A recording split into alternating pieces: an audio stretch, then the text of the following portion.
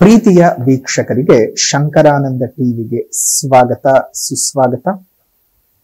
ಇವತ್ತಿನ ವಿಡಿಯೋನಲ್ಲಿ ಯುಗಾದಿ ಹಬ್ಬದ ವರ್ಷ ಭವಿಷ್ಯ ಯಾವ ರೀತಿಯಾಗಿದೆ ಅನ್ನುವಂತಹ ಮಾಹಿತಿಯನ್ನ ತಿಳ್ಕೊಳ್ಳೋಣ. ಅದಕ್ಕಿಂತ ಮುಂಚಿತವಾಗಿ ಯಾರಾದ್ರೂ ಶಂಕರಾನಂದ ಟಿವಿಯನ್ನ ಸಬ್ಸ್ಕ್ರೈಬ್ ಮಾಡ್ಕೊಂಡಿಲ್ಲ ಅಂದ್ರೆ ಸಬ್ಸ್ಕ್ರೈಬ್ ಮಾಡ್ಕೊಳ್ಳಿ. ಇನ್ಸ್ಟಾಗ್ರಾಮ್ ಮತ್ತು ಫೇಸ್ಬುಕ್ ಪೇಜ್ ಅನ್ನ ಫಾಲೋ ಮಾಡ್ತಾ ಇಲ್ಲ ಅಂದ್ರೆ ಫಾಲೋ ಮಾಡಿ. ಅದರಿಂದ ಮುಂದೆ ಅಪ್ಲೋಡ್ ಮಾಡುವಂತಹ ವಿಡಿಯೋಗಳು ಯಥೇಚ್ಛವಾಗಿ ಬಂದು ನಿಮ್ಮ ಅಕೌಂಟ್ ಅನ್ನು ತಲುಪತ್ತೆ, ಹೊಸ ಹೊಸ ಮಾಹಿತಿಗಳನ್ನ ತಿಳ್ಕೊಳ್ಳೋದಕ್ಕೆ ಸಾಧ್ಯವಾಗುತ್ತೆ ಅಂತ ತಿಳಿಸ್ತಾ, ಈ ಒಂದು ಸಮಯದಲ್ಲಿ ತಮ್ಮೆಲ್ಲರಿಗೂ ಸಹ ನಮ್ಮ ಹೊಸ ವರ್ಷವಾದಂತಹ ಶ್ರೀ ವಿಶ್ವಾವಸುನಾಮ ಸಂವತ್ಸರದ ಹಾರ್ದಿಕ ಶುಭಾಶಯಗಳು. ಕೆಲ ದಿನಗಳ ಹಿಂದಷ್ಟೇ ನಾವು ಒಂದು ಕ್ಯಾಲೆಂಡರ್ನ ವಾರ್ಷಿಕ ಭವಿಷ್ಯವನ್ನ ನೋಡಿದ್ದೇವೆ. ಈಗ ನಮ್ಮ ಪಂಚಾಂಗದ ವರ್ಷ ಭವಿಷ್ಯ ಯಾವ ರೀತಿಯಾಗಿದೆ ಅನ್ನೋದನ್ನ ಗಮನಿಸೋಣ. ಆದ್ರೆ ವರ್ಷ ಭವಿಷ್ಯವನ್ನು ಗಮನಿಸೋಕ್ ಮುಂಚೆ ಹಲವು ವಿಚಾರಗಳನ್ನ ನಾವು ತಿಳ್ಕೊಳ್ಳಬೇಕು. ಯಾವ ವರ್ಷ, ಯಾವ ವಾರ ಪ್ರಾರಂಭವಾಗ್ತಾ ಇದೆ, ಅದರ ಒಂದು ಸ್ಥಿತಿಗತಿಗಳೇನು, ಅದರಿಂದ ಯಾವ್ಯಾವ ರೀತಿಯಾಗಿ ನಮಗೆ ಒಂದು ತೊಂದರೆ ತಾಪತ್ರಗಳು ಆಗಬಹುದು ಅಥವಾ ಒಳಿತಾಗಬಹುದು ಅನ್ನೋದನ್ನ ಮೊದಲನೇದ ಗಮನಿಸ್ಕೊಳ್ಳೋಣ. 30ನೇ ತಾರೀಕು 3ನೇ ತಿಂಗಳು ಭಾನುವಾರದ ದಿವಸ ನಮಗೆ ಶ್ರೀ ಕ್ರೋಧಿನಾಮ ಸಂವತ್ಸರವು ಮುಗಿದು ಶ್ರೀ ವಿಶ್ವಾವಸುನಾಮ ಸಂವತ್ಸರವು ಶುರುವಾಗ್ತಾ ಇದೆ. ಈ ಶುಭ ಸಂದರ್ಭದಲ್ಲಿ ನಮಗೆ ವಸಂತ ನವರಾತ್ರಿಯೂ ಸಹ ಪ್ರಾರಂಭವಾಗುವಂತಹದ್ದು. ವಸಂತ ನವರಾತ್ರಿ ಶುರುವಾಗುತ್ತೆ. ಹೇಗೆ ನಾವು ಶರನ್ನವರಾತ್ರಿ ಮಾಡ್ತೀವಲ್ಲ, ಹಾಗೆ ಈಗಲೂ ಸಹ 9 ದಿವಸಗಳ ಕಾಲ ನಾವು ಮಾಡ್ತಕ್ಕಂತಹದ್ದು ಯಾವ ವಿಚಾರ ಅಂತ ಹೇಳಿದ್ರೆ ನಮಗೆ ವಸಂತ ನವರಾತ್ರಿ. ಆ ವಸಂತ ನವರಾತ್ರಿಯ ಶುಭಾಶಯಗಳು. ಜೊತೆಗೆ ಭಾನುವಾರ ನಮಗೆ ವರ್ಷ ಪ್ರಾರಂಭವಾಗುವುದರಿಂದ ಈ ವರ್ಷದ ರಾಜನಾಗಿರ್ತಾನೆ ರವಿ. ಈ ರವಿ ರಾಜನಾಗಿರೋದ್ರಿಂದ ಏನಾಗತ್ತೆ ಅಂದ್ರೆ ಮಳೆಗಳು ಸ್ವಲ್ಪ ಏನಾಗತ್ತೆ, ಬರಬೇಕಾದ ಪ್ರದೇಶಕ್ಕೆ ಬರದೆ ಬಾರದ ಪ್ರದೇಶಕ್ಕೆ ಬರ್ತಕ್ಕಂಥದ್ದು. ಅಂದ್ರೆ ಎಲ್ಲಿ ಮಳೆ ಸರಿಯಾಗಿ ಆಗತ್ತೆ ನಿರೀಕ್ಷೆ ಇರುತ್ತಲ್ಲ, ಅಲ್ಲಿ ಈ ವರ್ಷ ಆಗೋದಿಲ್ಲ. ಅಯ್ಯೋ ಮಳೆಯೇ ಬರಲ್ಲ, ಬರಗಾಲ ಬರಭೂಮಿ ಅಂತ ಅನಿಸ್ಕೊಂಡ ಜಾಗದಲ್ಲೆಲ್ಲ ಚೆನ್ನಾಗಿ ಮಳೆಗಳಾಗೋಕಂಥದ್ದು ಆಗತ್ತೆ. ಮತ್ತೆ ಈ ಶಸ್ತ್ರಗಳ ಅಗ್ನಿಪೀಡೆ ಮತ್ತು ಅಗ್ನಿ ಭಯಗಳು ಉಂಟಾಗ್ತಕ್ಕಂತಹದ್ದು, ಪ್ರಜೆಗಳಿಗೆ ರಾಜರಿಂದ ತೊಂದರೆಗಳು ಬರ್ತಕ್ಕಂತಹದ್ದು, ಕೆಲ ಅನಿಷ್ಟ ಫಲಗಳು ನಡೆಯುತ್ತೆ. ಅಂದ್ರೆ ಫಾರ್ ಎಕ್ಸಾಂಪಲ್ ಟ್ಯಾಕ್ಸ್ ಜಾಸ್ತಿ ಆಗೋಗುವಂತದ್ದಿರಬಹುದು, ಅಥವಾ ಅವ್ರು ತಗೊಳ್ಳುವಂತಹ ಕೆಲವೊಂದು ರೆವಲ್ಯೂಷನ್ಸ್ ಗಳಿಂದ ಸಾಮಾನ್ಯ ಪ್ರಜೆಯ ಮೇಲೆ ಹೊಡೆತ ಬೀಳ್ತಕ್ಕಂಥದ್ದು, ಯಾವುದೋ ಯೋಜನೆಗಳನ್ನ ಕ್ಯಾನ್ಸಲ್ ಮಾಡೋದ್ರಿಂದ ಅದರಿಂದ ಫಲಾನುಭವಿಗಳಾಗಿದ್ದಂತಹ ಅದೆಷ್ಟೋ ಜನರು ಆ ಒಂದು ಕ್ರಿಯೆಗಳಿಂದ ಏನಾಗತ್ತೆ, ಆ ಒಂದು ಫಲಾನುಭವಿಗಳಿಂದ ಆಚೆ ಬರಬೇಕಾಗತ್ತೆ. ಅದರಿಂದ ಒಂದಷ್ಟು ಜನರು ಪಾಪ ತೊಂದರೆ ಅನುಭವಿಸ್ತಾರಲ್ಲ. ಈ ರೀತಿಯಾಗಿ ರಾಜನಾದಂತಹ ರವಿಯ ಪ್ರಭಾವದಿಂದ ಈ ರೀತಿಯಾಗಿ ಆಗತ್ತೆ. ಇನ್ನು ಚಂದ್ರನು ಈ ಒಂದು ಸಂವತ್ಸರಕ್ಕೆ ಮಂತ್ರಿಯಾಗಿರ್ತಾನೆ, ಮಂತ್ರಿಮಂಡಲದ ಅಧಿಪತಿಯಾಗಿರ್ತಾನೆ. ಸಸ್ಯಗಳು ಚೆನ್ನಾಗಿ ಫಲವನ್ನ ಕೊಡುತ್ತದೆ. ಜೊತೆಗೆ ಆರೋಗ್ಯದಲ್ಲಿ ಮತ್ತು ತುಂಬಾ ದೊಡ್ಡ ಭೀಕರ ಕಾಯಿಲೆಗಳು ಬರುವಂತಹ ಯಾವುದೇ ಸೂಚನೆಗಳಿಲ್ಲ. ಜೊತೆಗೆ ರಾಜನಿಗಿಂತ ಮಂತ್ರಿಯ ಆಡಳಿತಗಳು ಜಾಸ್ತಿ ಆಗತ್ತೆ ಹಲವು ಭಾಗಗಳಲ್ಲಿ. ಅಂದ್ರೆ ಅವನ್ ರಾಜನಾಗಿರ್ತಾನಷ್ಟೇ, ಅಂದ್ರೆ ಮಂತ್ರಿಯೋ ಇನ್ನೇಂದೇನೋ ಆಗಿರ್ತಾನೆ, ಆದ್ರೆ ಆ ಸಂಪೂರ್ಣ ಆಡಳಿತವನ್ನೆಲ್ಲ ಬೇರೆಯವರು ಹ್ಯಾಂಡಲ್ ಮಾಡ್ತಿರ್ತಾರೆ ಹಲವು ಭಾಗಗಳಲ್ಲಿ. ಆ ರೀತಿಯಾಗಿ ಆಗತ್ತೆ. ಇನ್ನು ಸೇನಾಧಿಪತಿ ರವಿಯೇ ಆಗಿದ್ದಾನೆ. ಮೇಘಗಳು ನಾನು ಆಗ್ಲೇ ಹೇಳಿದ ಹಾಗೆ ಗಾಳಿಯಿಂದ ಚದುರಿಸಲ್ಪಡತ್ತೆ. ಅಂದ್ರೆ ಗಾಳಿ ಬೀಸುವುದರ ಅಧಿಕವಾದ ಗಾಳಿಯ ಒತ್ತಡಗಳು ಜಾಸ್ತಿ ಆಗಿ ಹೋಗ್ಬಿಡತ್ತೆ. ಬೇಕಾದ ಕಡೆ ಸರಿಯಾದ ರೀತಿಯಲ್ಲಿ ಒಂದು ಮಳೆಗಳು ಬರೋದಿಲ್ಲ. ಇನ್ನು ರವಿಯೇ ಈ ಒಂದು ಸೇನಾಧಿಪತಿ ಆಗಿರೋದ್ರಿಂದ ಅಕಾಲಿಕ ಯುದ್ಧಗಳನ್ನ ಕೊಟ್ಟು ಬಿಡ್ತಾನೆ. ನಮ್ಮ ದೇಶದಲ್ಲೇ ಆಗಬೇಕು ಅಂತ ಏನಿಲ್ಲ, ಯಾವುದೇ ದೇಶದಲ್ಲಿ ಬೇಕಾದ್ರೂ ಆಗತ್ತೆ. ಸೊ ಅದೊಂದು ನೆಗೆಟಿವ್ ಪರಿಣಾಮಗಳು ಇರ್ತಕ್ಕಂಥದ್ದು. ಭೂಮಿನಲ್ಲಿ ಕೆಂಪು ಬಣ್ಣದ ಧಾನ್ಯಗಳು ಉತ್ತಮವಾದ ಫಲವನ್ನ ಕೊಡ್ತಕ್ಕಂತಹ ವರ್ಷವಾಗಿರುತ್ತೆ. ಇನ್ನು ಸಸ್ಯಾಧಿಪತಿ, ಸಸ್ಯಗಳು ಚೆನ್ನಾಗಿರ್ಬೇಕು, ಪರಿಸರ ಚೆನ್ನಾಗಿರ್ಬೇಕು, ಆಗ ಮಾತ್ರ ಮನುಷ್ಯ ಒಂದಿಷ್ಟು ನೆಟ್ಟೊಸರು ಬಿಡೋದಕ್ಕೆ ಸಾಧ್ಯ. ಇಲ್ಲಿ ಕೃಷಿನಲ್ಲಿ ಅಂತ ಬಂದ ಸಂದರ್ಭಕ್ಕೆ ಗುರು ಸಸ್ಯಾಧಿಪತಿ ಆಗಿರುವುದರಿಂದ ಪೈರುಗಳು ಚೆನ್ನಾಗಿ ಫಲ ಕೊಡೋದಕ್ಕೆ ಶುರು ಮಾಡುತ್ತವೆ. ಪದಾರ್ಥಗಳ ಬೆಲೆಗಳು ಸ್ವಲ್ಪ ಮಟ್ಟಕ್ಕೆ ಅಧಿಕವಾಗ್ತಕ್ಕಂತಹದ್ದು. ಕೊಂಕಣ ದೇಶಗಳಲ್ಲಿ, ಕೊಂಕಣ ಸ್ಥಾನಗಳಲ್ಲಿ ಮತ್ತು ಮಗಧ ದೇಶಗಳಲ್ಲಿ ಸಸ್ಯಗಳ ಬೆಳವಣಿಗೆಗಳು ಮತ್ತು ಪದಾರ್ಥಗಳು ಬೆಲೆ ಹೆಚ್ಚಳವಾಗ್ತದೆ.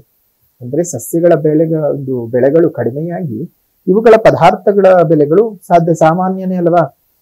ನಮಗೆ ಆಹಾರದ ಸರಬರಾಜು ಕಮ್ಮಿ ಆದಾಗ ಬೆಲೆಗಳು ಜಾಸ್ತಿ ಆಗೋದು ಸಹಜನೇ ಅಲ್ವಾ. ಸೊ ಹೀಗೆ ಇನ್ನು ಧಾನ್ಯಾಧಿಪತಿ ಕುಜನಾಗಿರ್ತಾನೆ. ಧಾನ್ಯಾಧಿಪತಿ ಕುಜನಾಗಿರೋದ್ರಿಂದ ಕೆಂಪು ಬಣ್ಣದ ಭೂಮಿನಲ್ಲಿ ಬೆಳೆಯುವಂತಹ ಕೃಷಿಗೆ ಸಂಬಂಧಪಟ್ಟಂತಹ ಧಾನ್ಯಗಳಾಗ್ಲಿ ಅಥವಾ ಕೃಷಿಯ ತರಕಾರಿಗಳು ಈ ಕೆಂಪು ಮಣ್ಣಲ್ಲಿ ಏನೇ ಬೆಳೆ ಬೆಳೆದ್ರು ಅದು ಒಳ್ಳೆ ರೀತಿನಲ್ಲಿ ಫಲಗಳನ್ನು ಕೊಡ್ತವೆ. ಇನ್ನು ಅರ್ಘಾಧಿಪತಿ ರವಿ, ಈ ಅರ್ಘಾಧಿಪತಿ ರವಿ ಅಂತ ಬಂದ ಸಂದರ್ಭಕ್ಕೆ ಈ ಹೈನುಗಾರಿಕೆಗಳನ್ನು ಜಾಸ್ತಿ ಸೂಚನೆ ಮಾಡೋದು, ಲಿಕ್ವಿಡ್ ಐಟಮ್ಸ್ ಗಳನ್ನ ಜಾಸ್ತಿ ತೋರಿಸ್ತಕ್ಕಂಥದ್ದು ಅರ್ಘಾಧಿಪತಿ ಅಂದ್ರೆ. ಸೊ ಇವುಗಳ ಬೆಲೆಗಳು ಸ್ವಲ್ಪ ಜಾಸ್ತಿ ಆಗ್ತಕ್ಕಂಥದ್ದು. ಹಾಲಿನ ಬೆಲೆ, ಮೊಸರು ಬೆಲೆ, ಹಾಲಿನ ಪದಾರ್ಥಗಳ ಬೆಲೆಗಳು ಜಾಸ್ತಿ ಆಗ್ತಕ್ಕಂಥದ್ದು. ಅದೇ ರೀತಿಯಾಗಿ ನಮ್ಗೆ ಇನ್ನು ಈ ಲಿಕ್ಕರ್ ಐಟಮ್ಸ್ ಗಳೆಲ್ಲ ಜಾಸ್ತಿ ಆಗುವಂಥದ್ದು ಈ ರೀತಿಯಾಗಿ ಆಗತ್ತೆ. ಇನ್ನು ಕೆಚ್ಚಲಗಳ ಪ್ರಾಬ್ಲಮ್ಗಳಿಂದ ಹಸುಗಳು ಬಳಲ್ಬೇಕಾಗತ್ತೆ ಈ ವರ್ಷ. ರಾಜರಿಗೆ ಪರಸ್ಪರ ಕ್ರೋಧಗಳು ಉಂಟಾಗುತ್ತೆ. ಈ ರಾಜ್ಯದವ್ರನ್ನ ಕಂಡ್ರೆ ಆ ರಾಜ್ಯದವ್ರಿಗೆ ಆಗದೆ ಇರುವಂತಹದ್ದು, ಆ ದೇಶದವ್ರನ್ನ ಕಂಡ್ರೆ ಈ ದೇಶದವರಿಗೆ ಆಗದೆ ಇರುವಂತಹ ಪರಿಸ್ಥಿತಿಗಳೆಲ್ಲ ಉತ್ಪತ್ತಿ ಆಗತ್ತೆ.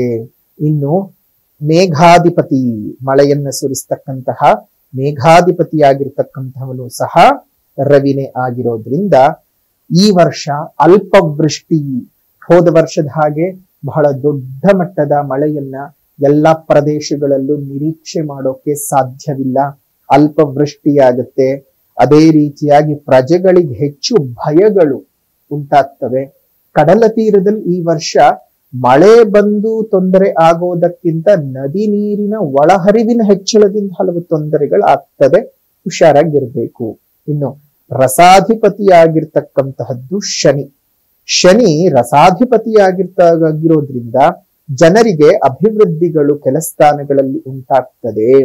ಮತ್ತೆ ಈ ರಸಯುಕ್ತ ಪದಾರ್ಥಗಳ ಬೆಲೆಗಳು ಸ್ವಲ್ಪ ಜಾಸ್ತಿ ಆಗ್ತಕ್ಕಂಥದ್ದಾಗುತ್ತೆ. ನಿರಸಾಧಿಪತಿಯಾಗಿರ್ತಕ್ಕಂಥದ್ದು ಈ ವರ್ಷ ಬುಧ. ಇದರಿಂದ ನಿರಸಾಧಿಪತಿ ಅಥವಾ ನಿರಸ ಅಂತಂದ್ರೆ ರಸಗಳು ಇಲ್ಲದೆ ಇರ್ತಕ್ಕಂಥದ್ದು. ಉದಾಹರಣೆಗೆ ಕಾಳುಗಳಾಗಿರಬಹುದು, ದಿನಸಿಗಳಾಗಿರಬಹುದು, ಈ ರೀತಿಯಾಗಿರ್ತಕ್ಕಂತಹ ವಸ್ತುಗಳು.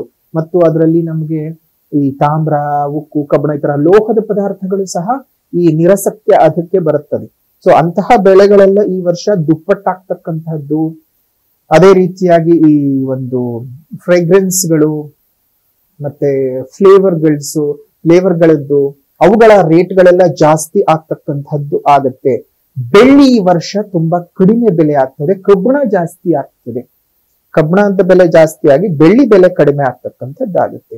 ಇನ್ನು ಕೊನೆಯದಾಗಿ ಪಶುನಾಯಕ. ಇಡೀ ನಮ್ಮ ಪ್ರಪಂಚದಲ್ಲಿ ಪಶುಗಳಿಗೆ ನಾಯಕನು ಆಗ್ಬೇಕಾಗಿರ್ತಕ್ಕಂಥದ್ದು ಈ ಒಂದು ಪಶುನಾಯಕನ ಪರಿಸ್ಥಿತಿ.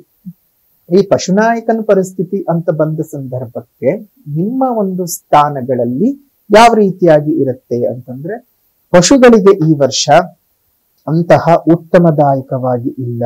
ಪಶುನಾಯಕನಾಗಿರ್ತಾನೆ ಯಮ ಆಗಿರೋದ್ರಿಂದ ಪಶುಗಳಿಂದ ಉತ್ಪತ್ತಿ ಆಗುವಂತಹ ಹಾಲು, ಹಾಲಿನ ಉತ್ಪನ್ನ, ಚರ್ಮ, ಮಾಂಸ, ಅದೇ ರೀತಿಯಾಗಿ ಲೆದರ್ ಬಿಸ್ನೆಸ್ಗಳು ಇವೆಲ್ಲದರ ಬೆಲೆಗಳು ವಿಪರೀತ ಆಗಿ ಹೋಗ್ಬಿಡುತ್ತೆ. ಸ್ವಲ್ಪ ಈ ಒಂದು ಪಶುಲೋಕದಿಂದ ಮತ್ತು ಆಹಾರ ಸರಪಳಿಯ ವಿಚಾರಗಳಲ್ಲಿ ತೊಂದರೆ ತಾಪತ್ರೆಗಳು ಬರ್ತವೆ. ಆಹಾರ ಸರಪಳಿ ಕರೆಕ್ಟ್ ಆಗಿರಬೇಕು. ನೋಡಿ, ಹುಲ್ಲನ್ನು ತಿಂದು ಮಿಡತೆ ಬದುಕಿದ್ರೆ ಮಿಡತೆಯನ್ನು ತಿಂದು ಕಪ್ಪೆ ಬದುಕತ್ತೆ, ಕಪ್ಪೆಯನ್ನು ತಿಂದು ಹಾವು ಬದುಕತ್ತೆ, ಹಾವನ್ನು ತಿಂದು ಹದ್ದು ಬದುಕತ್ತೆ, ಹದ್ದನ್ನು ತಿಂದು ಇನ್ನೊಂದೇನೋ ಒಂದು ಬದುಕತ್ತೆ. ಅದೆಲ್ಲವನ್ನ ತಿಂದು ಬರೆದು ಬಾಯಿಗೆ ಹಾಕೊಳಕ್ ಮನುಷ್ಯ ಇದ್ದಾನೆ. ಆಹಾರ ಸರಪಳಿ, ಆ ಆಹಾರ ಸರಪಳಿಯನ್ನ ತಪ್ಪು ಅಂತ ಹೇಳಕ್ಕಾಗಲ್ಲ. ಇನ್ನು ಈ ವರ್ಷದ ಸಂವತ್ಸರದ ಫಲ, ಈ ವರ್ಷದ ಸಂಪೂರ್ಣವಾಗಿ ಯಾವ ರೀತಿಯಾಗಿರಬಹುದು ಅಂತ ಬ್ರೀಫ್ ಆಗಿ ನೋಡೋದಾಯ್ತು ಅಂತ ಹೇಳಿದ್ರೆ, ಈ ವರ್ಷ ದೇಶದ ರಾಜರುಗಳಲ್ಲಿ ಪರಸ್ಪರ ವೈರತ್ವಗಳು ಉಂಟಾಗ್ತಕ್ಕಂಥದ್ದು. ಒಂದು ದೇಶದವರಿಗೆ ಇನ್ನೊಂದು ದೇಶಗಳು ಆಗಲ್ಲ. ಇದು ಬಹಳ ಕಾಲದಿಂದ ನಡ್ಕೊಂಡು ಬರ್ತಾನೆ ಇದೆ. ಈ ಮೇಘಗಳು ಆಗ್ಲೇ ಹೇಳಿದ ಗಾಳಿಯಿಂದ ಚದುರಿಸಲ್ಪಟ್ಟು ಸಾಧಾರಣವಾದ ಮಳೆಯನ್ನ ಕೊಡಬಹುದು, ಅತ್ಯಂತ ನಿರೀಕ್ಷಿತ ಮಳೆಯನ್ನ ಕೊಡ್ಲಿಕ್ಕೆ ಸಾಧ್ಯ ಆಗಲ್ಲ. ಆಗ್ಲೇ ಹೇಳಿದ ಹಾಗೆ ಕೆಂಪು ಭೂಮಿಯಲ್ಲಿ ಬೆಳೆ ಬೆಳೆಯತಕ್ಕಂಥವ್ರಿಗೆ ಈ ವರ್ಷ ಭರ್ಜರಿ ಲಾಭಗಳು ಇರುತ್ತವೆ. ಶ್ರೀಗಂಧ ಆಗ್ಬಹುದು, ಚಿನ್ನ ಆಗಬಹುದು, ಮುತ್ತಾಗಬಹುದು ಮತ್ತು ಬೆಳ್ಳಿ ಇವುಗಳ ದುರ್ಲಭವಾಗಿ ಸಿಗುತ್ತೆ. ಮೈನಿಂಗ್ಗಳು ಕಮ್ಮಿ ಆಗ್ತವೆ, ಸ್ವಲ್ಪ ಮೈನಿಂಗ್ಗಳು. ಹಾಗಾಗಿ ಬೆಳ್ಳಿ ಪದಾರ್ಥವೊಂದನ್ನು ಬಿಟ್ಟು ಮಿಕ್ಕೆಲ್ಲಾ ವಸ್ತುಗಳ ಬೆಲೆಗಳು ಜಾಸ್ತಿ ಆಗ್ತವೆ. ಪಶುಗಳಿಗೆ ಒಂದ್ ಸ್ವಲ್ಪ ಅನಾರೋಗ್ಯಗಳು ಜಾಸ್ತಿ, ಮೇವಿನ ಕೊರತೆ ಉಂಟಾಗಬಹುದು. ಹಾಗಾಗಿ ಈ ವರ್ಷ ಅಷ್ಟೊಂದು ಉತ್ತಮವಾದ ವರ್ಷವಾಗಿರಲ್ಲ. ಸ್ವಲ್ಪ ಎಲ್ಲಾ ವಿಚಾರಗಳಲ್ಲೂ ತೊಂದರೆಗಳಿದ್ದಾವೆ. ದೇವರ ಮೇಲೆ ಭಾರ ಹಾಕಿ ಮುಂದುವರ್ಕೊಂಡು ಹೋಗ್ಬೇಕು. ಏನು ಮಾಡಕ್ ಆಗದ ಪರಿಸ್ಥಿತಿ ಅಲ್ವಾ. ಪ್ರತಿಯೊಂದನ್ನು ನಾವು ಯೋಚನೆ ಹೋಗ್ತಾ ಇರಬಾರ್ದು. ಎಲ್ಲದನ್ನು ತೂಕ ಮಾಡ್ಕೊಂಡು ಹೋಗ್ಬೇಕು. ಸೊ ಹಾಗಾಗಿ ಯೋಚನೆ ಮಾಡೋದು ಬೇಡ. ಎಲ್ಲವೂ ಸಹ ಒಳ್ಳೇದಾಗ್ಲಿ ಅಂತ ಹೇಳ್ತಾ ಈ ವರ್ಷದ ವರ್ಷಫಲ ಹೇಗಿದೆ ಅಂತ ಈಗ ನೋಡೋಣ. ಇನ್ನು ಈ ವರ್ಷ ಭವಿಷ್ಯವನ್ನ ಲೆಕ್ಕಾಚಾರ ಮಾಡುವ ಸಂದರ್ಭದಲ್ಲಿ ಪ್ರಮುಖವಾಗಿ ನಾವು ಗುರುಗ್ರಹ ಮತ್ತು ಶನಿಗ್ರಹವನ್ನ ಲೆಕ್ಕಕ್ಕೆ ತೆಗೆದುಕೋತೀವಿ. ಕಾರಣ ಏನಪ್ಪಾ ಅಂತ ಹೇಳಿದ್ರೆ, ಗುರುಗ್ರಹ ಮತ್ತು ಶನಿಗ್ರಹವು ಬಹಳ ದೀರ್ಘಕಾಲದಲ್ಲಿ ಏಕರಾಶಿಯಲ್ಲಿ ಸಂಚಾರ ಮಾಡೋದ್ರಿಂದ ಶುಭಾಶುಭ ಫಲಗಳು ಸಹ ದೀರ್ಘಕಾಲದಲ್ಲಿ ಫಲಗಳನ್ನು ನಾವು ಶುಭ ಅಥವಾ ಅಶುಭದ ಫಲಗಳನ್ನು ನಿರೀಕ್ಷೆ ಮಾಡಬಹುದು. ಹಾಗಾಗಿ ಶನಿಯು 2.5 ವರ್ಷಗಳ ಕಾಲ ಒಂದು ರೀತಿಯಾಗಿ ಒಂದು ರಾಶಿಯಲ್ಲಿ ಸಂಚಾರವನ್ನು ಮಾಡಿದರೆ, ಗುರುಗ್ರಹವು 1 ವರ್ಷಗಳ ಕಾಲ ಹತ್ತತ್ರ 1 ವರ್ಷಗಳ ಕಾಲ ಒಂದು ರಾಶಿಯಲ್ಲಿ ಸಂಚಾರವನ್ನು ಮಾಡ್ತಾನೆ. ಸೊ ಈ ಥರ ನೋಡಿದ ಸಂದರ್ಭದಲ್ಲಿ ಈ ವರ್ಷ ಪ್ರಾರಂಭದಲ್ಲಿ ಮಾರ್ಚ್ 30ನೇ ತಾರೀಕಿನಂದು ಏನು ಪ್ರಾರಂಭವಾಗ್ತದೆ ವರ್ಷ, ಆ ವರ್ಷ ಪ್ರಾರಂಭದಲ್ಲಿ ಶನಿಗ್ರಹವು ನಿಮಗೆ 5ನೇ ಮನೆಯಲ್ಲಿ ಇರ್ತದೆ, ಅಂದರೆ ಮೀನರಾಶಿಯಲ್ಲಿ ಇರ್ತದೆ. ಗುರುಗ್ರಹವು 7ನೇ ಮನೆಯಲ್ಲಿರ್ತಾನೆ ಮೇ 14ನೇ ತಾರೀಕಿನವರೆಗೂ. ಅದಾದ ನಂತರ 8ನೇ ಮನೆಗೆ ಹೋಗ್ತಾನೆ. ವರ್ಷದ ಪ್ರಾರಂಭದ 1.5 ತಿಂಗಳುಗಳ ಕಾಲ ಮಾತ್ರ ನಿಮಗೆ ಗುರುಬಲ ಇರ್ತಕ್ಕಂಥದ್ದು. ಈ ಗುರುಬಲವನ್ನು ಸಹ ನೀವು ಕಳ್ಕೊಳ್ಬೇಕಾಗತ್ತೆ. ಏಪ್ರಿಲ್ ಪೂರ್ತ ಇರ್ತದೆ, ಮೇ 14ನೇ ತಾರೀಕಿನವರೆಗೂ ಇರುತ್ತೆ. ಅಂದರೆ ಕೇವಲ 1.5 ತಿಂಗಳಿನ ಗುರುಬಲವನ್ನು ವೃಶ್ಚಿಕ ರಾಶಿಯವರು ಅನುಭವಿಸಬೇಕಾಗತ್ತೆ. ಈಗಾಗಲೇ ನಿಮಗೆ ಒಂದು ಅರ್ಧಾಷ್ಟಮ ಶನಿಯ ಪೀಡೆಯು ಮುಗಿಯುತ್ತೆ, ಪಂಚಮ ಶನಿ ಪೀಡೆಯು ಶುರುವಾಗುತ್ತೆ. ಅದು ವರ್ಷ ಪ್ರಾರಂಭದ ಹಿಂದಿನ ದಿವಸವೇ ಆಗಿ ಹೋಗ್ಬಿಡುತ್ತದೆ. ಈ ಸಂದರ್ಭದಲ್ಲಿ ನಿಮಗೆ ಬಹಳ ಸಂಕಷ್ಟಮಯವಾದ ವಾತಾವರಣವನ್ನು ವೃಶ್ಚಿಕ ರಾಶಿಯವರು ಎದುರಿಸಬೇಕಾಗತ್ತೆ. ಆದರೆ ಮೇ 14ರವರೆಗೂ ಗುರುವಿನ ಶ್ರೀರಕ್ಷೆ ಇರುವುದರಿಂದ, ನೇರವಾಗಿ ರಾಶಿ ಮೇಲೆ ದೃಷ್ಟಿಯು ಬೀಳ್ತಾ ಇರೋದ್ರಿಂದ ನಿಮಗೆ ಅಂತಹ ಅನಾನುಕೂಲತೆಗಳು 14ನೇ ತಾರೀಕು ಮೇವರೆಗೂ ಆಗೋದಿಲ್ಲ. ಅದಾದ ನಂತರ ಸಂಕಷ್ಟಗಳಾಗುತ್ತೆ. ಮೇ 14ನೇ ತಾರೀಕಿನವರೆಗೂ ನಿಮಗೆ ಪ್ರಾಪಂಚಿಕ ಜೀವನದಲ್ಲಿ ಬಹಳ ಸುಖ ಸೌಖ್ಯಗಳು ವೃದ್ಧಿ ಆಗ್ತಾ ಹೋಗ್ತಾ ಇರುತ್ತೆ. ಉತ್ತಮವಾದ ಧನ ಸಂಪಾದನೆ ಆಗ್ತಾ ಇರುತ್ತೆ. ಹಿತೈಷಿಗಳಿಂದ ಸಹಾಯ ಸಹಕಾರಗಳು ಸಿಗ್ತಕ್ಕಂತಹದ್ದು, ಹಲವಾರು ಪ್ರಮುಖ ವ್ಯಕ್ತಿಗಳನ್ನು ಭೇಟಿ ಮಾಡ್ತಕ್ಕಂಥ ಅವಕಾಶಗಳು, ಒಂದೇನೋ ಒಂದಿಷ್ಟು ಚೆನ್ನಾಗಿ ಆಗ್ತಾ ಇದ್ದೀನಿ ಅನ್ನುವಂತಹ ಭಾವನೆಗಳು ನಿಮಗೆ ಬರ್ತಕ್ಕಂಥದ್ದು ಆಗುತ್ತೆ. ಅದೇ ರೀತಿಯಲ್ಲಿ ಅಧಿಕವಾದಂತಹ ಧನಪ್ರಾಪ್ತಿಯು ಸಹ ಈ 1.5 ತಿಂಗಳಿನಲ್ಲಿ ಆಗ್ತಕ್ಕಂಥದ್ದು, ಯಾಕಂದರೆ ಗುರುಬಲ ನೇರವಾಗಿ ರಾಶಿಯ ಮೇಲೆ ಇರ್ತಕ್ಕದ್ರಿಂದ. ಅದಾದ ನಂತರದಲ್ಲಿ ನಿಮಗೆ ನಿರಂತರವಾಗಿ ಬಹಳ ತಾಪತ್ರೆಗಳನ್ನು ನೀವು ನೋಡಬೇಕಾಗ್ತದೆ. ಹಣದ ಒಳಹರಿವೇನೋ ತುಂಬ ಚೆನ್ನಾಗಿರುತ್ತೆ ವೃಶ್ಚಿಕ ರಾಶಿಯವರಿಗೆ. ಕಾರಣ ಗುರುಬಲ ಹೋದರೂ ಸಹ ನಿಮ್ಮ ಧನಸ್ಥಾನದ ಮೇಲೆ ಗುರುವಿನ 7ನೆಯ ದೃಷ್ಟಿಯು ನಿಮ್ಮ 2ನೇ ಮನೆಯ ಮೇಲೆ ಬೀಳ್ತಾ ಇರೋದ್ರಿಂದ ನಿಮಗೆ ಹಣದ ಒಳವಿನ ಹರಿವು ಏನು ಕೊರತೆ ಆಗೋದಿಲ್ಲ. ಆದರೆ ನಿಮ್ಮ ಬರುವಂತಹ ಹಣವನ್ನು ಪಂಚಮ ಶನಿಯ ಪೀಡಾ ದೃಷ್ಟಿಯಿಂದ ಕಳ್ಕೊಳ್ತೀರಾ. ಯಾರನ್ನೋ ನಂಬೋದು, ಇನ್ವೆಸ್ಟ್ಮೆಂಟ್ ಮಾಡೋದು, ಇನ್ಯಾರನ್ನೋ ಕೇಳೋದು, ಅಲ್ಲೇನೋ ದುಡ್ಡು ಹಾಕೋದು, ದ್ವಿಗುಣ ಆಗತ್ತೆ ಅಂತ ಅಂದ್ಕೊಳ್ಳೋದು.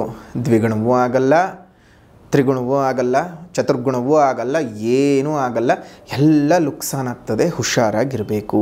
ಕೋರ್ಟು ಕಚೇರಿ ವ್ಯಾಜ್ಯಗಳಲ್ಲಿ ನಿಮಗೆ ಅಪಜಯಗಳು ಉಂಟಾಗ್ತದೆ. ಮಿತ್ರರಿಂದ ಮನಸ್ಸಿಗೆ ನೋವುಗಳು ಉಂಟಾಗ್ತಕ್ಕಂತಹದ್ದು, ತೊಂದರೆ ತಾಪತ್ರೆಗಳು ಉಂಟಾಗ್ತಕ್ಕಂಥದ್ದಾಗುತ್ತೆ. ಕೆಲಸ ಕಾರ್ಯಗಳಲ್ಲಿ ಅಪಜಯ, ಮನೆಯಲ್ಲಿ ಅಶಾಂತಿಯ ವಾತಾವರಣ, ತುಂಬ ಕಷ್ಟ ನಷ್ಟಗಳನ್ನೆಲ್ಲ ನೀವು ನೋಡಬೇಕಾಗ್ತದೆ.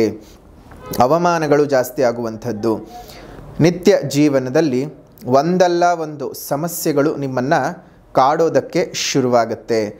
ಹಿಂದೆ ನೀವು ಮಾಡಿದಂತಹ ಪಾಪಕೃತ್ಯಗಳಿಗೆ, ಪಾಪಕರ್ಮಗಳಿಗೆ ಈ ಒಂದು ಬಾರಿ ಪಂಚಮ ಶನಿಯ ಪೀಡೆನಲ್ಲಿ ಅವನು ಆ ಕರ್ಮದ ಫಲಗಳನ್ನು ನಿಮ್ಗೆ ಅನುಭವಿಸೋದಕ್ಕೆ ಕೊಡ್ತಾನೆ.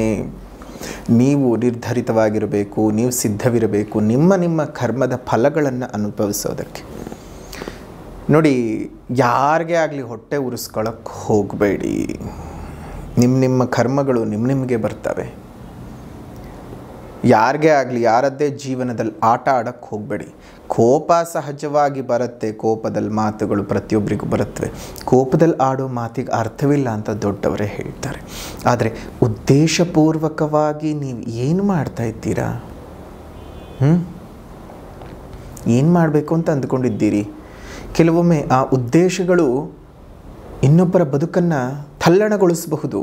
ಅವರು ಮಾನಸಿಕವಾಗಿ ಬಹಳ ಹಿಂಸೆ ಅನುಭವಿಸಬಹುದು, ವೇದನೆಗಳನ್ನು ಅನುಭವಿಸಬಹುದು, ಚಿಂತಾಕ್ರಾಂತರಾಗಬಹುದು, ಊಟ ಸೇರದೆ ಹೋಗಬಹುದು, ನಿದ್ದೆ ಬರದೇ ಇರಬಹುದು. ಬಹಳ ಚಿಂತನೆಯನ್ನು ಮಾಡ್ತಾ ಅವರ ಬದುಕಿನಲ್ಲಿ ಆರೋಗ್ಯವನ್ನು ಅವರೇ ಹಾಳು ಮಾಡ್ಕೋಬಹುದು. ಆದರೆ ಅದಕ್ಕೆಲ್ಲ ಕಾರಣ ನೀವಾಗಿರ್ತೀರಿ. ಅದಕ್ಕೆ ನೀವು ಬೆಲೆಯನ್ನು ತೆರಲೇಬೇಕಾಗತ್ತೆ. ತೆರ್ತೀರಿ, ಹುಷಾರಾಗಿರಿ. ಹಾಗಂಥೇಳಿ ವೃಶ್ಚಿಕ ರಾಶಿನಲ್ಲಿ ಹುಟ್ಟಿರ್ತಕ್ಕಂಥವ್ರು ಎಲ್ಲರೂ ಹಾಗೆ ಮಾಡಿದ್ದೀರಿ ಅಂತ ಅರ್ಥವಲ್ಲ. ಯಾರು ಮಾಡಿದ್ದೀರೋ ಅವ್ರು ಯೋಚನೆ ಮಾಡಲೇಬೇಕಲ್ವಾ. ಜೊತೆಗೆ ಈ ಒಂದು ವರ್ಷದಲ್ಲಿ ನಿಮಗೆ ಒಂದು ಬಹಳ ತೊಂದರೆಗಳನ್ನು ನೋಡಬೇಕಾಗತ್ತೆ. ಇನ್ನು ಆರ್ಥಿಕ ಪರಿಸ್ಥಿತಿ ಅಂತ ನೋಡಿದ ಸಂದರ್ಭದಲ್ಲಿ ವೃಶ್ಚಿಕ ರಾಶಿಯವರಿಗೆ ಆದಾಯ 2 ಇದ್ದರೆ ವ್ಯಯ 14. ಅದೇ ನೋಡಿ, ನಿಮ್ಗೆ ಆದಾಯದ ಒಳಹರಿವೇನೋ ಚೆನ್ನಾಗಿ ಬರ್ತದೆ ಅಂತ ನಾವಾಗಲೇ ಹೇಳಿದ್ದೀವಿ. ಆದರೆ ಆದಾಯಕ್ಕಿಂತ ವ್ಯಯ, ಅದೇ ಇನ್ವೆಸ್ಟ್ಮೆಂಟ್ಸ್ಗಳು, ಬೇರೆ ಬೇರೆ ಮೇಲೆ ಹಾಕು, ಭೂಮಿ ಖರೀದಿ ಮಾಡು, ಮತ್ತೊಂದು ಮಾಡು, ಎಲ್ಲ ನಿಮ್ಮ ತಲೆ ಮೇಲೆ ಉಂಡೆನಾಮ ಎಳೀತಾರೆ. ಹುಷಾರು.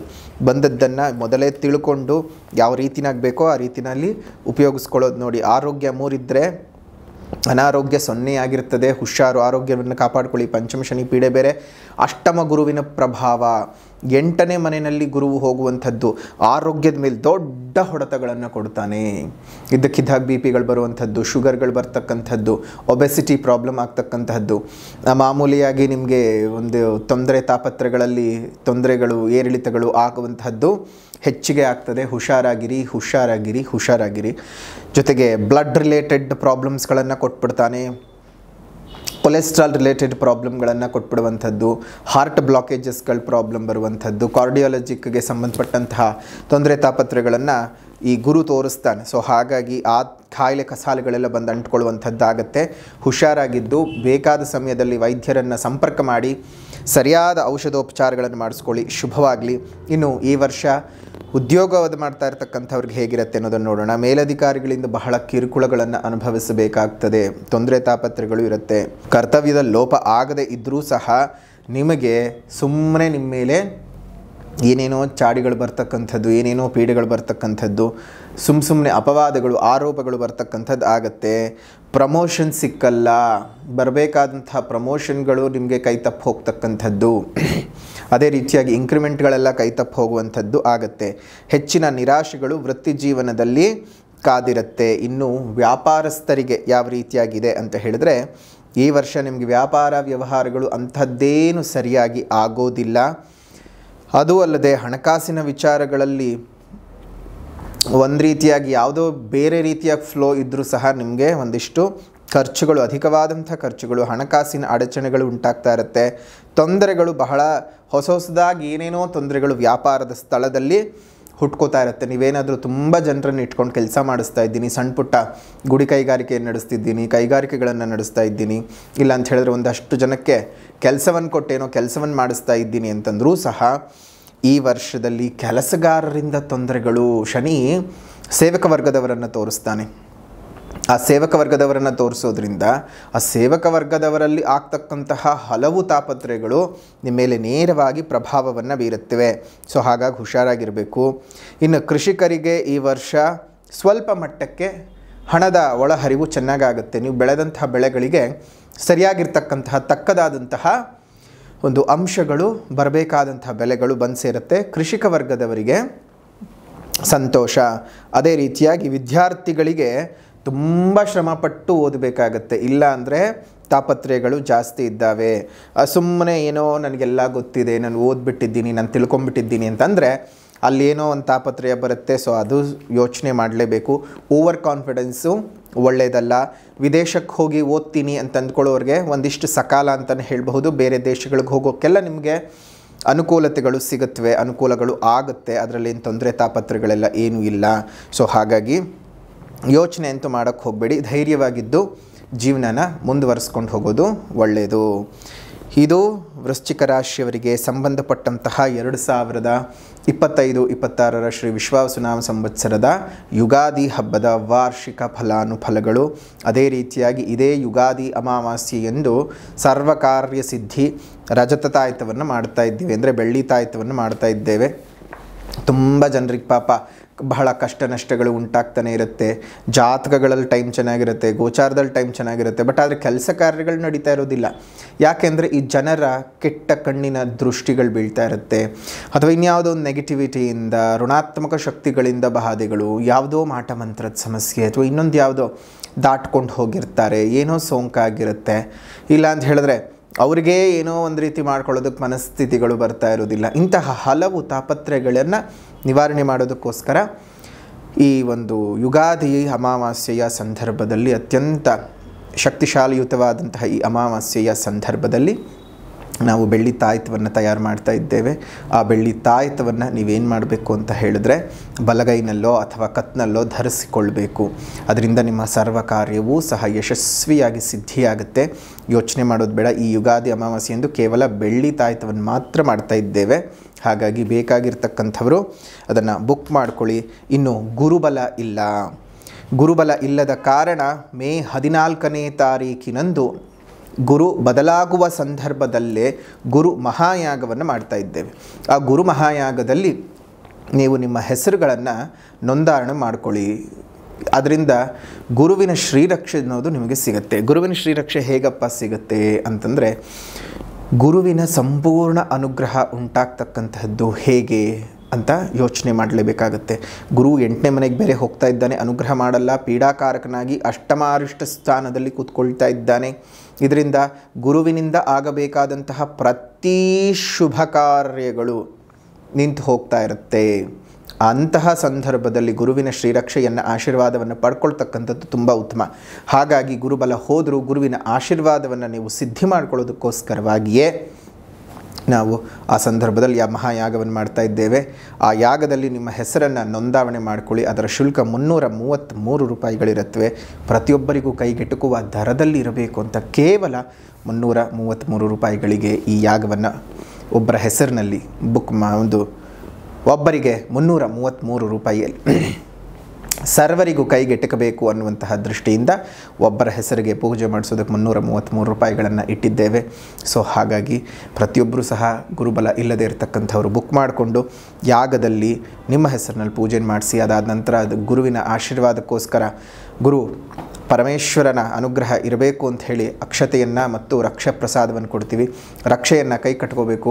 ಅಕ್ಷತ ಪ್ರಸಾದವನ್ನು ಪ್ರತಿನಿತ್ಯವೂ ಸಹ ಪೂಜೆ ಮಾಡ್ತಾ, ನಮಸ್ಕಾರಗಳನ್ನು ಮಾಡ್ತಾ ನಿಮ್ಮ ಜೀವನದಲ್ಲಿ ಹೋದರೆ ಗುರುವಿನ ಅನುಗ್ರಹ ನಿಮಗೆ ಸಂಪೂರ್ಣವಾಗಿ ಪ್ರಾಪ್ತಿಯಾಗಿ ಗುರುಬಲ ಇಲ್ಲದೇ ಇದ್ದರೂ ಗುರುಬಲ ಅನುಭವಿಸುವ ಹಾಗಾಗತ್ತೆ ಅಂತ ಹೇಳ್ತಾ ಈ 2 ಕೆಲಸವನ್ನು ನೀವು ಮಾಡ್ಕೊಳ್ಳಿ. ಶುಭವಾಗಲಿ. ಇನ್ನು ಶ್ರೀ ವಿಶ್ವಾವಸುನಾಮ ಸಂವತ್ಸರದ ವೃಶ್ಚಿಕ ರಾಶಿಯವರ ಪರಿಹಾರದ ವಿಭಾಗ ಅಂತ ಬಂದರೆ, ಮೊದಲನೇದಾಗಿ ಸಾಮಾಜಿಕ ಪರಿಹಾರ. ಸಾಮಾಜಿಕ ಪರಿಹಾರ ಅಂತ ಬಂದಾಗ ಸಾಧ್ಯವಾದ ಕಡೆ ಗಿಡಗಳನ್ನು ನೆಟ್ಟು ಪೋಷಣೆ ಮಾಡಿ, ಸ್ವಲ್ಪ ಮರಗಳನ್ನು ಕಾಪಾಡಿಕೊಳ್ಳಿ. ನಿಮ್ಮ ಸುತ್ತಮುತ್ತ ಇರುವಂತಹ ಉದ್ಯಾನವನಗಳಲ್ಲಿ ಒಂದೊಂದು ಹಣ್ಣಿನ ಗಿಡಗಳನ್ನು ಕೊಟ್ಟು ಪೋಷಣೆ ಮಾಡಿಸಿ. ಅದರಿಂದ ನಿಮಗೇ ಮುಂದಿನ ದಿನಮಾನಗಳಲ್ಲಿ ಅದನ್ನು ನೋಡಿದ ಸಂದರ್ಭದಲ್ಲಿ ಎಷ್ಟೋ ಪಕ್ಷಿಗಳು, ಪ್ರಾಣಿಗಳು, ನಮ್ಮ ಮನುಷ್ಯರು ಉತ್ತಮವಾದ ಗಾಳಿ ಸೇವನೆ ಮಾಡ್ತಾ ಇರ್ತಾರೆ. ಅವುಗಳ ಜೀವನ ಚೆನ್ನಾಗಾಗ್ತಾ ಇರುತ್ತೆ. ಅದನ್ನು ನೋಡಿ ನೀವೇ ಸಂತೋಷ ಪಡಬಹುದು. ನಿಮ್ಮ ಮನೆ ಮುಂದೆ ಮತ್ತು ಮೇಲ್ಭಾಗದಲ್ಲಿ ಸಣ್ಣ ಸಣ್ಣ ಕುಂಡಗಳಲ್ಲಿ ನೀರನ್ನು ಇಡಿ. ಈಗ ಹೇಗಿದ್ರೂ ವಸಂತ ಋತು ಪ್ರಾರಂಭವಾಗ್ತದೆ, ಅದೇ ರೀತಿಯಾಗಿ ಬಿಸಿಲಿನ ಝಳ ಬೇರೆ ಶುರುವಾಗ್ತದೆ, ಬೇಸಿಗೆ ಕಾಲ. ನಮಗೆ ನೀರು ಕುಡಿಯೋದಕ್ಕೆ ನೀರಿಗೆ ಭಾರಿ ಕಷ್ಟವಾಗ್ತಾ ಇರುತ್ತೆ. ಅಂಥದ್ರಲ್ಲಿ ಪ್ರಾಣಿಗಳಿಗೆ ಎಷ್ಟು ಕಷ್ಟ ಆಗುತ್ತೆ ಅಲ್ವಾ? ಹಾಗಾಗಿ ನಿಮ್ಮ ಮನೆ ಮುಂದೆ ಮತ್ತು ಮೇಲ್ಭಾಗದಲ್ಲಿ ಸಣ್ಣ ಸಣ್ಣ ಕುಂಡಗಳಲ್ಲಿ ನೀರನ್ನು ಇಡ್ತಾ ಬನ್ನಿ. ಅದರಿಂದ ಎಷ್ಟೋ ಜೀವಜಂತುಗಳಿಗೆ ನೀವು ಕೊಡುವಂತಹ ಒಂದು ಹನಿಯ ನೀರು ಅವುಗಳ ಪ್ರಾಣವನ್ನು ಉಳಿಸ್ಕೊಳ್ಳೋದಕ್ಕೆ ಸಹಾಯವಾಗುತ್ತೆ. ಪಶುಗಳನ್ನು ಉಳಿಸಿದ್ದಕ್ಕೆ ಪಶುಪತಿನಾಥನೇ ನಿಮಗೆ ಹರಸಿ ಹಾರೈಸ್ತಾನೆ.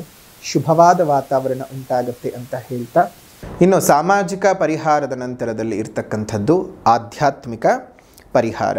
ಆಧ್ಯಾತ್ಮಿಕ ಪರಿಹಾರ ಅಂತ ಬಂದ ಸಂದರ್ಭದಲ್ಲಿ ಒಂದು 5 ಶಮಿ ಗಿಡಗಳನ್ನು ಎಲ್ಲಾದರೂ ನೆಟ್ಟು ಪೋಷಣೆಯನ್ನು ಮಾಡಿ. ಅದರ ಜೊತೆಗೆ ನೀವು ಈ ವರ್ಷದಲ್ಲಿ ಮಾಡಬೇಕಾಗಿರ್ತಕ್ಕಂತಹ ಒಂದು ಸ್ತೋತ್ರಾದಿ ಪಠಣಗಳಾದರೂ ಏನಪ್ಪ ಅಂದರೆ ಪ್ರತಿನಿತ್ಯ ಉತ್ತರಾಭಿಮುಖವಾಗಿ ಕೂತ್ಕೊಂಡು ಕಾಲಭೈರವಾಷ್ಟಕಂ ಸ್ತೋತ್ರದ ಪಠಣ ಮಾಡಿ. ಬಹಳ ಶುಭವಾಗುತ್ತೆ, ಇರುವಂತಹ ಕೆಟ್ಟ ಫಲಗಳು ಸಹ ದೂರ ಆಗುತ್ತೆ ಅಂತ ಹೇಳ್ತಾ, ವೃಶ್ಚಿಕ ರಾಶಿಯವರ ಶ್ರೀ ವಿಶ್ವಾವಸುನಾಮ ಸಂವತ್ಸರದ ಯುಗಾದಿ ಹಬ್ಬದ ವಾರ್ಷಿಕ ಫಲಾನುಫಲಗಳನ್ನು ತಿಳ್ಕೊಂಡಿದ್ದೀರಿ. ತಮ್ಮೆಲ್ಲರಿಗೂ ಸಹ ಶುಭವಾಗಲಿ, ಮಂಗಳವಾಗಲಿ ಅಂತ ಹೇಳ್ತಾ ವಿಡಿಯೋನ ಇಲ್ಲಿಗೆ ಮುಕ್ತಾಯ ಮಾಡೋಣ. ವಿಡಿಯೋ ಇಷ್ಟ ಆಗಿದ್ರೆ ಲೈಕ್ ಮಾಡಿ, ಶೇರ್ ಮಾಡಿ, ಕಮೆಂಟ್ ಮಾಡಿ. ಮತ್ತೊಂದು ವಿಡಿಯೋನಲ್ಲಿ ಭೇಟಿ ಮಾಡ್ತೇವೆ. ಅಲ್ಲಿವರೆಗೂ ನಮಸ್ಕಾರ. ಲೋಕಾ ಸಮಸ್ತ ಸುಖಿನೋ ಭವಂತು, ಸಕಲ ಸನ್ಮಂಗಳಾನಿ ಭವಂತು, ಸರ್ವೇ ಜನಾಃ ಸುಖಿನೋ ಭವಂತು, ಸಮಸ್ತ ಸನ್ಮಂಗಳಾನಿ ಭವಂತು.